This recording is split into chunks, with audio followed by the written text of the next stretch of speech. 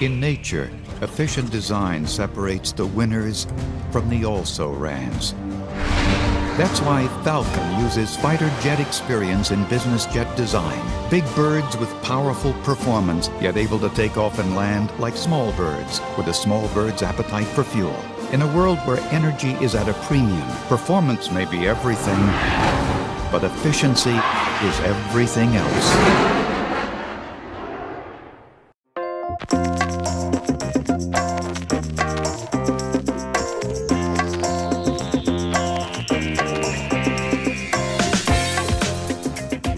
Like the whole industry, we had a very difficult year in 2009. The business seems to be recovering.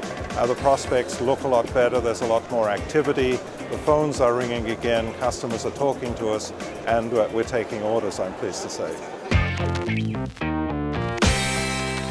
Yes, we bottomed out. March was a great month with a 10% increase. So it's going to be spasmodic. It isn't going to be a steep recovery, but I think you talk to everybody here and we think it's starting. Looking at our demand index, which indicates the amount of money being spent in the marketplace, that is up 25% from last year. Our price index is also slowly racing, which indicates that the market is recovering.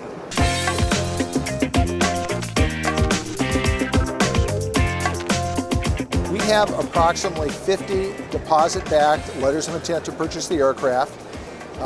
That quantity of orders has remained virtually constant during this period of economic downturn over the last 2 years. We early enough diversified from a geographical point of view. We went to the Middle East, we went to Asia in 07 and 08, and these areas were less affected than the Central European place. And the other aspect is really we took market share from the fractional business model. We were the right solution at the right time in this crisis.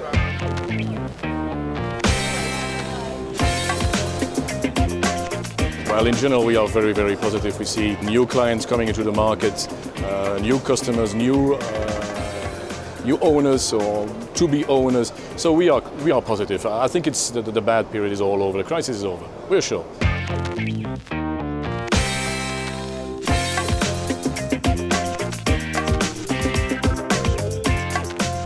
Our job is to help members operate professionally to best-in-class standards. And we did a survey last year, and we found that 30% of our members did not have an ERP at all, emergency response plan, and 50% had never exercised it. So we decided we'd do some work, and we've now produced a guidance manual, which we, of course, we make available at cost to members, so they can develop their own emergency response plan. And we're running a free workshop here this week to help people do that.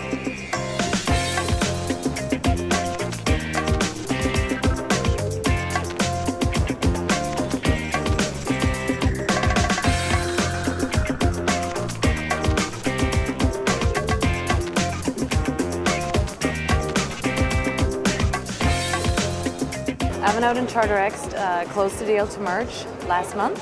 What we're doing now is we're looking at how we can merge the technical platforms. Our time frame for that is probably going to be around 6 to 9 months until we're on one joint platform. CharterX was the leader in the US market, Aviation has been the leader on the European market, and now we can bring those two markets together with a lot more buyers and sellers in the system.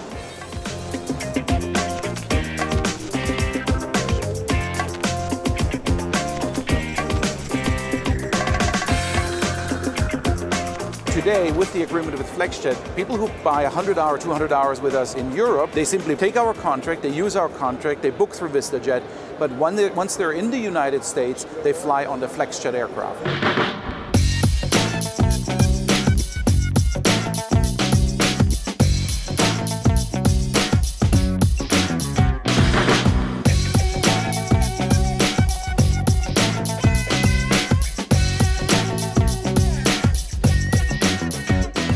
The number of aircraft for sale is now down to about 14.5%. But prices are fantastic. I mean, if you're in the market to buy an aircraft, please go and buy one now, because some of them are off 50%.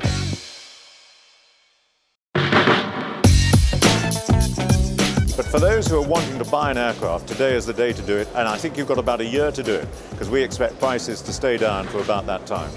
At Cessna, we had a very good year last year for selling used Citations, and we are seeing the numbers of aircraft on the market shrinking.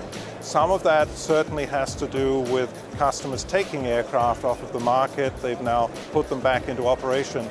But most of it are airplanes going to new customers. Some of the operators were, of course, very much concerned just after the ash clouds, because there still was some kind of a risk. They were afraid of mainly of FODs, or foreign object damages, and they were afraid about whether the insurance company would pay these damages or not. Our answer always has been that if the flight was formally in full compliance with all regulamentations, fully permitted, well, there's no problem on the insurance side.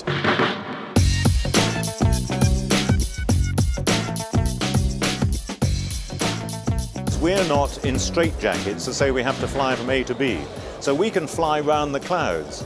And Eurocontrol have just produced some figures that underline this, that whereas commercial aviation was reduced by 55% during the period, we were down only 35%. So just as the way that we can avoid volcanic clouds, just as the way we can fly between destinations not served by the airlines, then this is another emphasis of the flexibility and value of business aviation.